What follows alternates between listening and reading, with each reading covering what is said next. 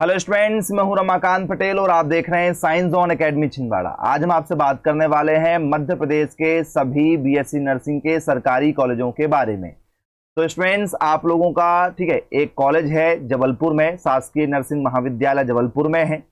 इसके बाद में स्टूडेंट्स शासकीय नर्सिंग महाविद्यालय आप लोगों का उज्जैन में है। फिर एक कॉलेज आप लोगों का देवास में है, एक आपका सतना में है, 60 सीटें वहां भी हैं। रायसेन है, रायसेन में भी 60 सीटें हैं। दतिया में है, दतिया में भी 60 सीटें हैं। विदिशा में है, विदिशा में भी 60 सीटें हैं। झाबुआ में है, झाबुआ में भी 60 सीटें हैं। मंदसौर है, मंदसौर में भी 60 सीटें हैं। छिंदवाड़ा में है, यहाँ भी 60 सीटें हैं। और बालाघाट है, बालाघाट में भी 60 सीटें हैं। तो स्टूडेंट्स, ये आप लोगों के कॉलेज हो गए, 11 कॉलेज हो गए। ठीक है, अब स्टूडेंट्स इसके बाद में 12वां कॉलेज आपका सीधी में है, 60 सीटें हैं। राजगढ़ में है, यहाँ भी 60 सीटें हैं। नरसिंहपुर में, यहाँ भी 60 सीटें हैं। सिवनी में, यहाँ भी 60 सीटें हैं। रतलाम है, रतलाम में भी 60 सीटें हैं।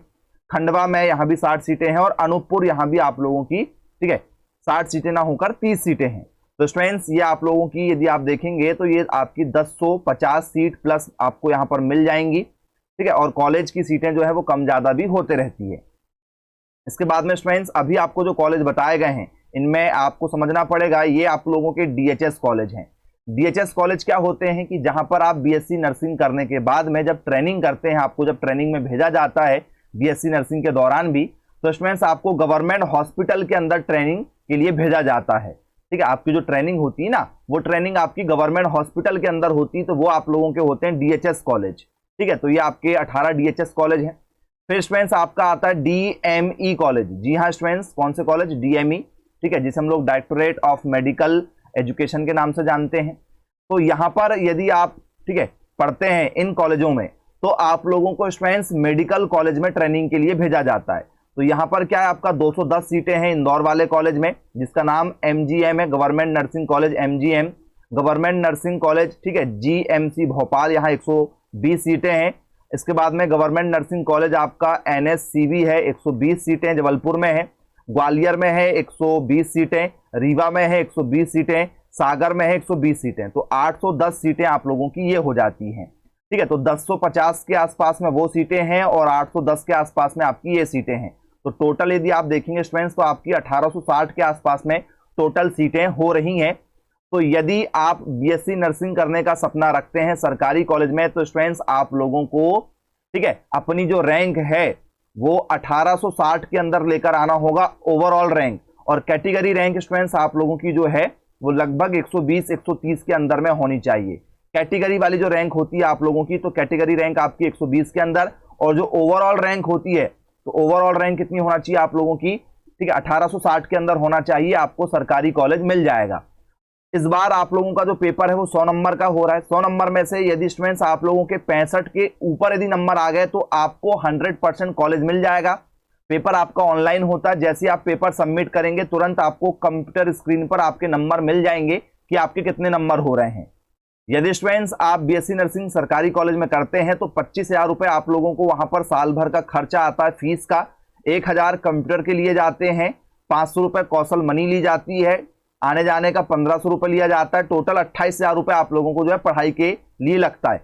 हॉस्टल का 6,000 लगता है, काउंसलिंग का 1,000 लगता है। तो यदि स्टूडेंट्स आप इन टोटल को प्लस यदि करते हैं, तो ये आप लोगों का लगभग 35,000 रुपए के आसपास का खर्चा आपका 1 साल का होने वाला है।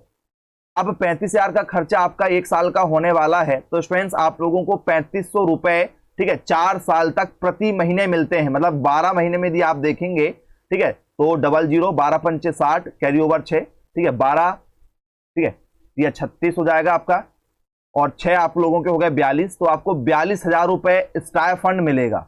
लगना कितने हैं? लगना आप लोगों को 35,000 है, मिलना कितना है स्टाइफंड? 42,000 रुपए आपको मिलना है। मतलब फ्री में पढ़ाई होगी, साथ में आप लोगों को और पैसा भी मिल जाएगा, 7,000 रुपए एक्स्ट्रा मिलेगा। प्लस आप लोगों को जो है स्कॉलरशिप अलग मिलेगी, तो प्लस इसमें आप स्कॉलरशिप जोड़ दीजिए, 35 से 40,000 रुपए आपको स्कॉलरशिप मिलेगी। मेधावी में आते तो 65,000 रुपए तक आपको स्कॉलरशिप मिलती है। मतलब टोटल पढ़ाई आपकी फ्री में होगी। शुरुआती दौर में अपने जेब का पैसा लगता है थोड़ा सा, ठीक है 5,000 10,000 रुपए शुरुआती दौर में लगते हैं। फिर आपको साल भर के अंदर में जो है 25,000 रुपए का खर्चा आ जाता है, और फिर बाकी जो ट्रांसपोर्ट का, हॉस्टल का, ये सब मिला के आपको 35,000 लगना है।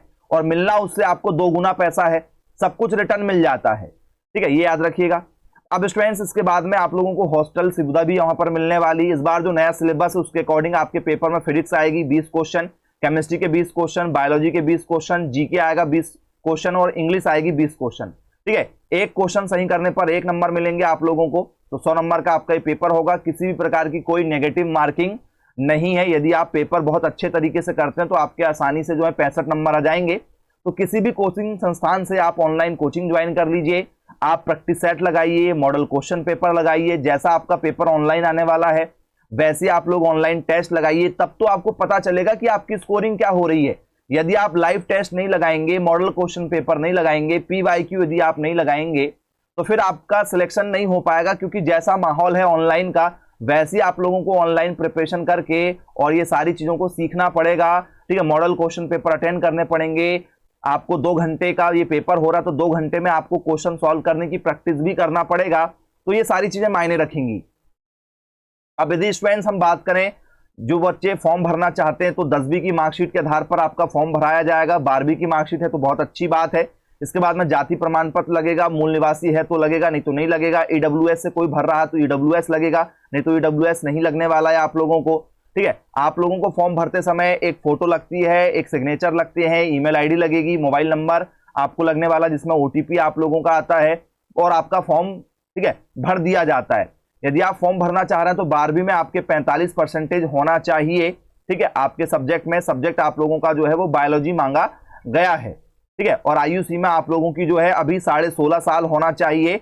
और ठीक है, 31 दिसंबर 2024 तक, अभी 16.5 साल होगी तो बाद में आपकी 31 दिसंबर 2024 तक जो है वो 17 साल के आप हो जाएंगे। मैक्सिमम कोई लिमिट नहीं है। यदि आप 60 साल के भी हो चुके हैं तो भी आप ठीक है PNST कर सकते हैं। मैक्सिमम की कोई यहाँ पर लिमिट नहीं है, केवल मिनिमम 16.5 प्लस अभी फिलहाल में आप हो तो फॉर्म भर दीजिएगा। तो स्टूडेंट्स ये समस्त जानकारी हमने आपके साथ शेयर किए हैं। जो भी बच्चे साइंस ज़ोन एकेडमी के माध्यम से ऑनलाइन कोचिंग करना चाहते हैं तो आपकी फुल कोर्स विद रिवीजन के साथ में हम अभी तैयारी करवा के देंगे। बहुत ही इंपॉर्टेंट टॉपिक आपको पढ़ाएंगे जो पेपर में लगातार पूछे जाते हैं। 24 वर्षों से सर्वाधिक सिलेक्शन देने वाला एकमात्र कोचिंग संस्थान साइंस ज़ोन एकेडमी है। तो आप भी कोचिंग ज्वाइन करके अपना सिलेक्शन ले सकते हैं। मिलेंगे फिर ऐसे वीडियो के साथ में। कांटेक्ट करने के लिए आप मेरे मोबाइल नंबर 9407384042 पर संपर्क करें और आज ही कोचिंग ज्वाइन करें। Bye bye.